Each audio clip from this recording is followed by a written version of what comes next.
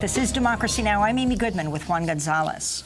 We turn now to look at how healthcare workers are being put at risk as the coronavirus pandemic continues to spread. The number of cases in the U.S. passed 1,000 Tuesday, with the rate of infections likely increasing. 32 people in the country have died. Despite this, the U.S. continues to lag on testing, and healthcare workers say they lack adequate protection and protocols to allow them to safely care for infected patients. They also say the country's hospitals are woefully unprepared to handle the crisis. Nurses in the hot zones of California and Washington had already reported having to beg for face masks and decried a systemic lack of guidance on how to address the virus. But Tuesday, National Nurses United said the Centers for Disease Control actually weakened its guidelines on responding to the pandemic. In response, nurses with the National Nurses United and California Nurses Association National Nurses Organizing Committee are holding a national day of action today to demand better protections for healthcare workers and the public. This all comes as coronavirus has also rallied nurses around the fight for Medicare for all. On Tuesday, Vice President Mike Pence spoke about health insurance for people who contract coronavirus. Today, President Trump assembled the top health insurance executives in America. And as we announced earlier today, all of our major health insurance companies have now joined with Medicare and Medicaid and agreed to waive all co-pays, cover the cost of all treatment for those who contract the coronavirus. They've committed to no surprise billing, and they've committed to encourage telemedicine. Bonnie Castillo, Executive Director of National Nurses United, tweeted earlier this week, COVID-19 lays bare truths nurses know all too well. Our healthcare system is cruel, inhumane, and inefficient. It's our duty to protect public health. We must rise to the challenge. Any vaccine or treatment developed with taxpayer dollars must be provided free of charge.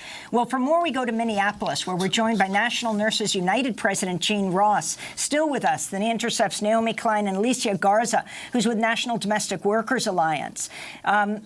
Jean Ross, thank you for joining us. Talk about today's day of action, what you're calling for, and where Medicare for All fits into this story in this time of coronavirus.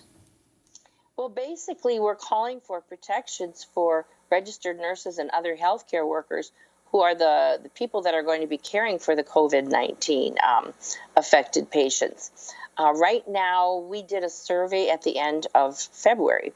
And what we found was only 29% of our nurses and other nurses that were surveyed said that there was a plan in place to deal with any of these patients.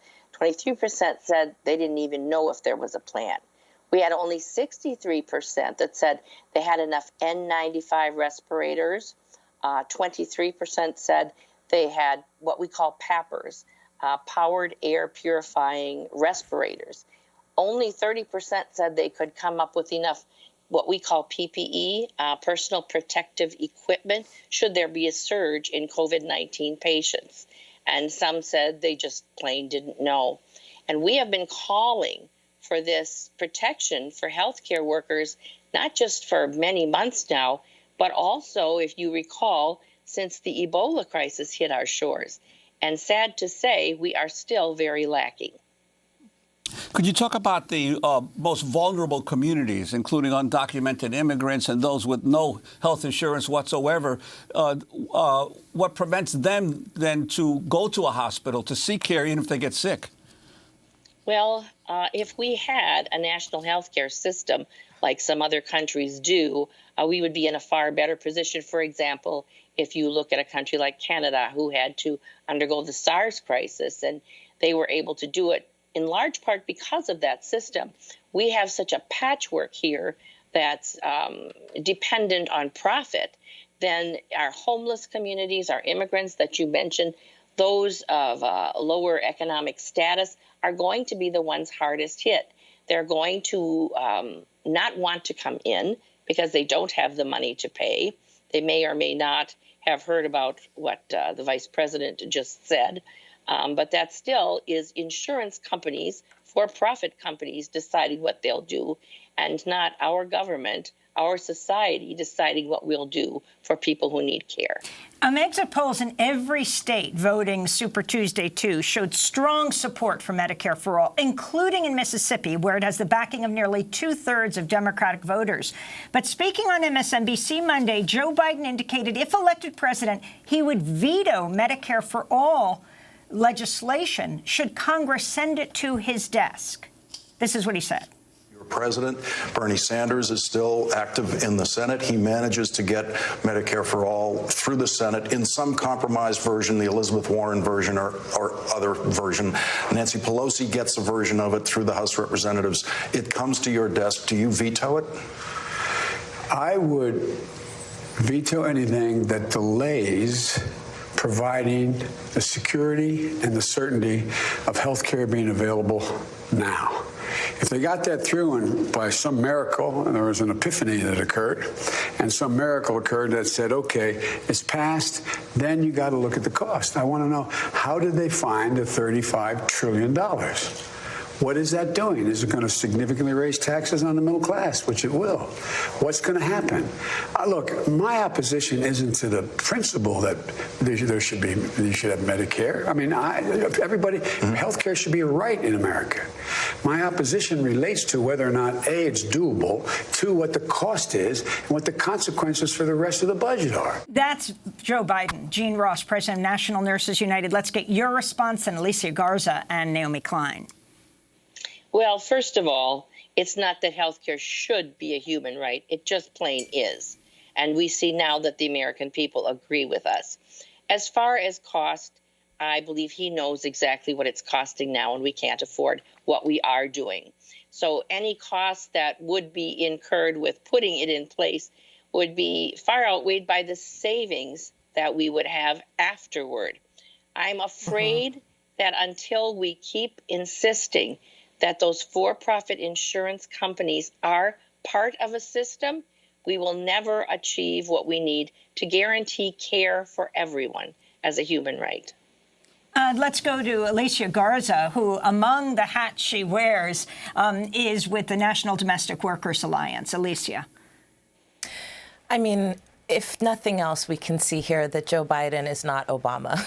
And frankly, I would agree that what's at stake here are millions of workers, many of whom are immigrant workers and workers of color and women and people who are trying to put food on their tables while also caring for other people, and doing so in the midst, as I said earlier, of a global pandemic. I work with domestic workers who are people who work inside of people's homes. For us, a home is a workplace. And frankly, domestic workers are locked out of most federal labor protections that should protect all workers, that would give workers sick days and paid time off. And we're seeing that in the midst of this pandemic, the real kind of underpinnings of the abuses that workers are facing in this economy are coming to broad daylight.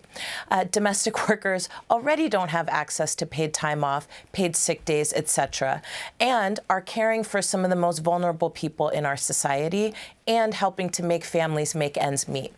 And so one of the things that we're really concerned about is making sure that at the very least that there is an expansion of access to the things that people need, particularly in this type of crisis, but in general and overall. People need access to affordable and quality health care. And in this very moment, people also need to be able to take time off, take care of their families, and take sick days, or else this global pandemic will continue to spread.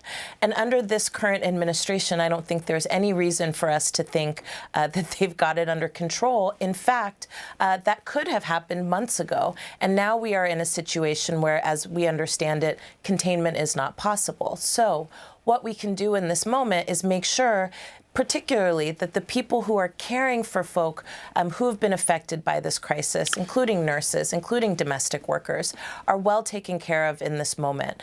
And a way to do that is to make sure that protections are strong.